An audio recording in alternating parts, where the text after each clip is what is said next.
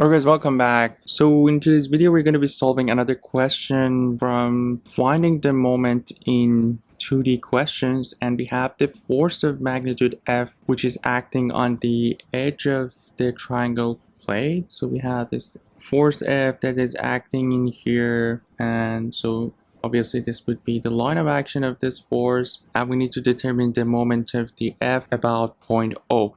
So as we covered in the previous videos, so we're going to use the 2D shortcut that we have for finding the moment, and for that one all we need to do is just to find the x and y component of the force. So in here, so if we show our x and y in this direction, so this will be our y, x, positive sign, so this will be our fx and this will be our fy. And if we want to find the moment about point O, we're gonna call counterclockwise positive. We simply have the moment of fx about point O, which as we can see is in this direction, so it's clockwise, so will be negative. So minus fx times the distance would be the vertical distance from O to the line of action of fx, which is basically the h in here.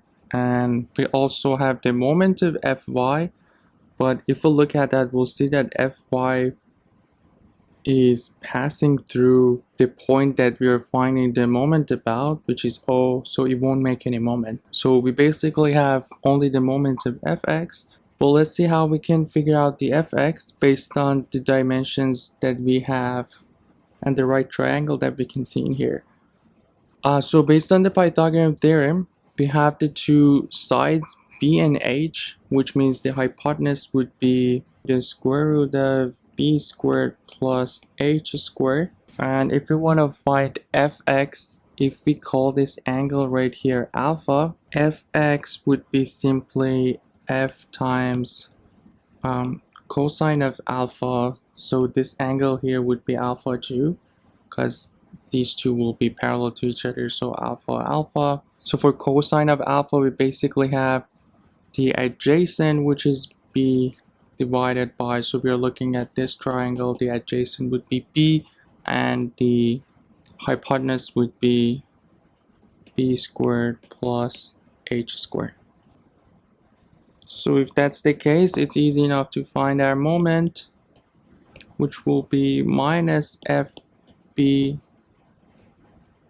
divided by b squared h squared plus h squared times h. So basically this is our fx times h, which is what we have in here.